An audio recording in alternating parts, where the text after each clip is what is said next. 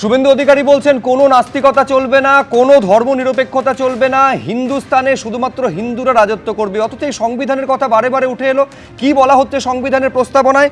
সংবিধানের প্রস্তাবনায় স্পষ্ট বলা হচ্ছে, we the people of India having সোলেমলি resolve two constitute India into a sovereign socialist secular Democratic Republic. আমার প্রশ্ন শতরূপাদির কাছে স্পষ্ট, তার মানে শুভেন্দু অধিকারী কি এই সংবিধানের একটা নতুন কোনো ব্যাখ্যা তৈরির চেষ্টা করছেন নাকি?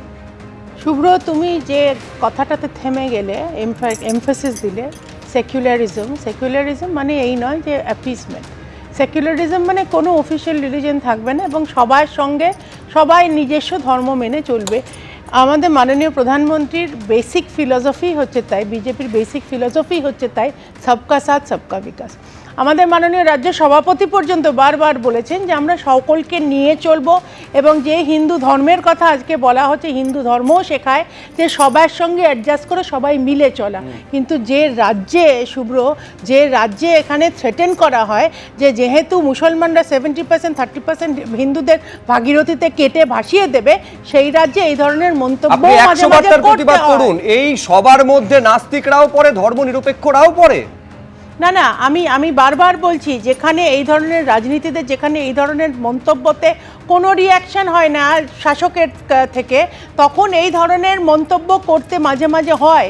যেখানে আমাদের কথা বলতে হয়, যেখানে থ্রেটেন করা হয় যে বাবরি মসজিদ করে দেবে, বাবরির নামে মসজিদ করবে, এবং যেখানে বারবার বলবে যে হিন্দুদের কেটে ভাসিয়ে দেবে, হিন্দুদের কোনো ফ্যাক্টর নয়। আজ মুখ্যমন্ত্রীর এই 11th আওয়ারে এসে মনে পড়েছে যে জগন্নাথকে উড়িষ্যা থেকে টেনে আনি, মা কালীকে ডেকে পাঠাই, বা মহাকালকে ডাকি, মা দুর্গাকে ডাকি। কিন্তু এগুলো তো এখনকার সময়। উনি তো কন্টিনিউয়াসলি ওয়াকফ বোর্ড, আমার এখনও মনে আছে ওয়াকফ অ্যাজিটেশনে উনি ম্যাক্সিমাম উনিই বলেছিলেন যে আমি তোমাদের পাশে আছি মুসলমানদের ঈদের।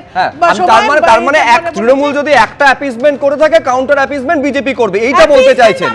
এই তো একটা তোষণের কথা তৃণমূল কংগ্রেস যখন করে, তখন পাল্টা আরেকটা তোষণের পথে কি শুভেন্দু অধিকারী এবং আপনারা হাঁটবার চেষ্টা করছেন? আমি জানি না, উত্তরের জন্য রাহুল চক্রবর্তী।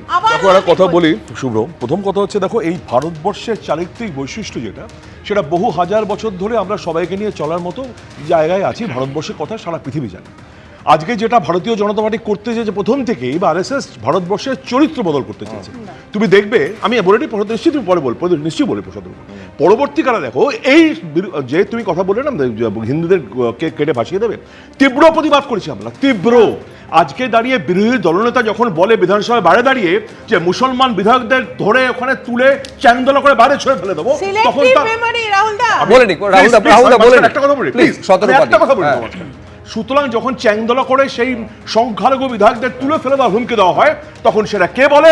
যে বলে বিজেপির নেতা এবং আজকে বিরোধী দলনেতা রাহুল চক্রবর্তী বলছেন যে তীব্র প্রতিবাদ করা হয়েছিল। হুমায়ুন কবির যখন 70-30-এর কথা বলছেন, আমি শুধু রাহুলদার কাছে ডেটাটা চাইবো যে কোন কড়া ব্যবস্থা আইনগতভাবে দলীয় তরফে নেওয়া হয়েছে, কোন কড়া ব্যবস্থা?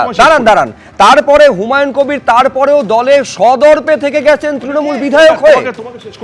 আমি শেষ করতে প্লিজ, তোমার সাথে বলো। দ্বিতীয় কথা, পশ্চিমবঙ্গের যে মতো জায়গায় তুমি যদি হিন্দু মুসলমান করতে যাও, আমি ছেড়ে দিলাম রাজনৈতিক কোনো রকম ব্যালেন্সের কথা, আমি বলতে চাই তুমি রবীন্দ্রনাথ নজরুলকে আলাদা করতে পারবে না, তুমি আলাউদ্দিন খান রবিশঙ্কর আলাদা করতে পারবে না। তুমি এখানে দাঁড়িয়ে যে নজরুল ইসলাম শ্যামাসুন্দর লিখেছিল, সেটা পশ্চিমবঙ্গের মধ্যে একা সম্ভব, এটা আর কোথাও সম্ভব নয়। সুতরাং এই বাংলা শাশু প্লিজ, আমি বলে তো তোমার সবাই বলবে, আজকে বাংলায় দাঁড়িয়ে যারা এই হিন্দুত্বর কথা বলছে, যে কদিন না পর্যন্ত মাথায় ফেস টুপি দিয়ে ইফতারি পার্টিতে অংশগ্রহণ করতো, সেই এই যে অতি হিন্দুত্ববাদ, এটা কত বড় ভয়ঙ্কর হতে পারে। এই হারমোনিক নষ্ট করার চেষ্টা বা অপচেষ্টা বাংলায় দাঁড়িয়ে বাংলার মানুষ এটা মেনে নেবে না। কারণ ভারতবর্ষের যেখানে বাংলায় দাঁড়িয়ে একটা আশুতোষ, একদিকে শুভেন্দু অধিকারী বলছেন হিন্দুরা হিন্দুস্তানে রাজত্ব করবে, শ্রমিক ভট্টাচার্য ৩রা জুলাই বলছেন বিজেপি কোনো সংখ্যালঘুর বিরুদ্ধে নয়, বিজেপির লড়াই মুসলমানের বিরুদ্ধে নয়, বহুত্ববাদকে বাঁচাতে হবে।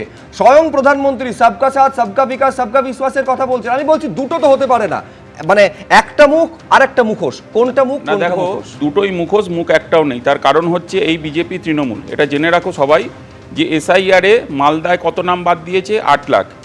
এখানে তোমার মুর্শিদাবাদে 11 লাখ। কারা তারা জানেন না? টার্গেট করা হচ্ছে বাংলায়, জানেন না? এবং হিন্দুদেরও প্রচুর নাম কাটা গেছে পশ্চিমবঙ্গে, লজ্জা করছে না? এবং সবথেকে বড় কথা জেনে রাখুন, প্রশাসনকে পশ্চিমবঙ্গে, পুলিশকে পশ্চিমবঙ্গে তৃণমূল ঘুম পাড়িয়ে রেখেছে ফ্রিজারে, ঠিক সেইভাবে বিজেপির সরকার, কেন্দ্রীয় সরকার, দিল্লির সরকার পশ্চিমবঙ্গে সিবিআই, ইডি সবাইকে ঘুম পাড়িয়ে রেখেছে। দেখলেন না ফাইল নিয়ে চলে আসা হলো কিরমভাবে? ঘুম পাড়িয়ে রেখেছেন, ফ্রিজারে রেখেছেন, কাজ করতে দেন না।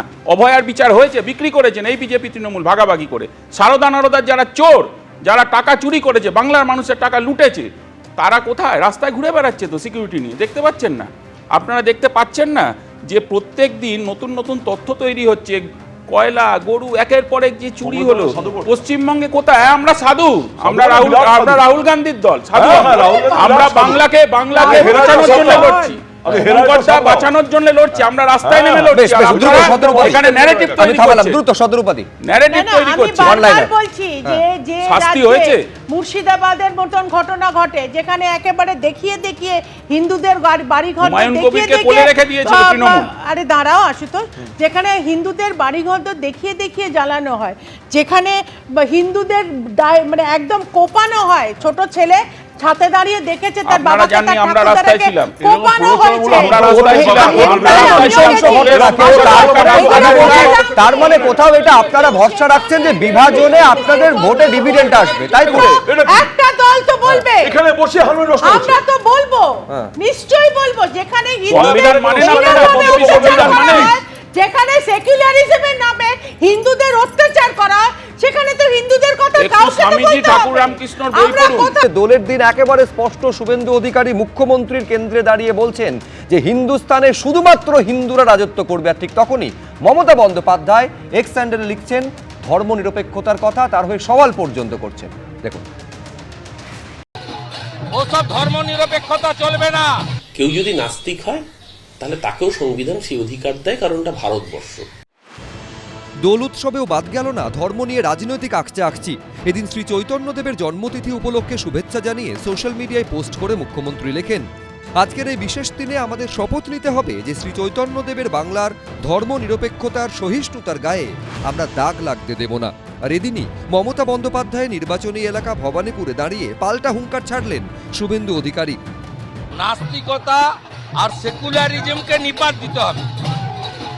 ওসব ধর্মনিরপেক্ষতা চলবে না। এই দেশের নাম হিন্দুস্তান, এখানে হিন্দুরা রাজত্ব করবে। দেশের মান্যতাপ্রাপ্ত গ্রন্থের নাম সংবিধান। সংবিধান প্রত্যেককে নিজ ধর্ম পালনের অধিকার দেয়। কেউ যদি নাস্তিক হয় তাহলে তাকেও সংবিধান সেই অধিকার দেয়, কারণ এটা ভারতবর্ষ। এই ভারতবর্ষ ইউনিটি ইন ডাইভার্সিটি, বৈচিত্র্যের মধ্যে ঐক্য। এই শুভেন্দু অধিকারী দুদিন আগে ইফতার পার্টিতে যেতেন, আজকে শুভেন্দু অধিকারী বড় বড় হিন্দু মসিহা সাজছেন। শুভেন্দু অধিকারী 4-5 বছর আগে ডায়ালগগুলো তো বাংলার মানুষ বলেননি। আমরা খুব পরিষ্কার করে বলছি, এই ধরনের অসভ্য স্টেটমেন্ট বাংলা বরদাস্ত করবে না। বিধানসভা ভোটের আগে হিন্দু মুসলিম, মন্দির মসজিদ, গীতা কোরআন নিয়ে সংঘাত সপ্তমে পৌঁছেছে।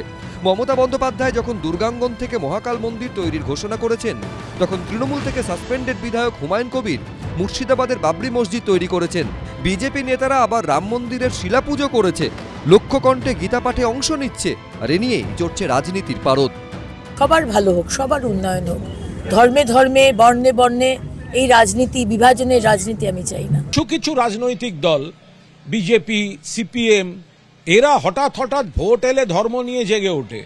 কিন্তু আমি তৃণমূল কংগ্রেসের কথা বলতে পারি, আমরা সব ধর্মের সব আচারকে সম্মান করি এবং তার যে সামাজিক পার্টটুকু আছে সেখানে আমরা সবাই সবসময় সামিল হই। এ নিয়েই তৃণমূল, বিজেপি দুদলকেই কটাক্ষ করেছে সিপিএম। ধর্মনিরপেক্ষ ভারত সংবিধানে লেখা আছে, দাগ লাগাচ্ছেন কেন আরএসএস এর কথায়? কেন মন্দির মসজিদ করছেন? কেন দুধেল গাই বলেছেন? কেন সেই কারণে আজকে একটার পর একটা মন্দির, আবার মন্দির, আবার মন্দির কেন করতে হচ্ছে? আসলে ধর্মকে সিঁড়ি হিসেবে ব্যবহার করছেন রাজনীতিতে, ক্ষমতা সোপান হিসেবে। সব মিলিয়ে বিধানসভা ভোটের আগে ধর্মময় রাজনীতি। আবির দত্ত, আশাবুল হোসেন, উজ্জ্বল মুখোপাধ্যায়, এবিপি আনন্দ। এবিপি আনন্দ, এগিয়ে থাকে, এগিয়ে রাখে।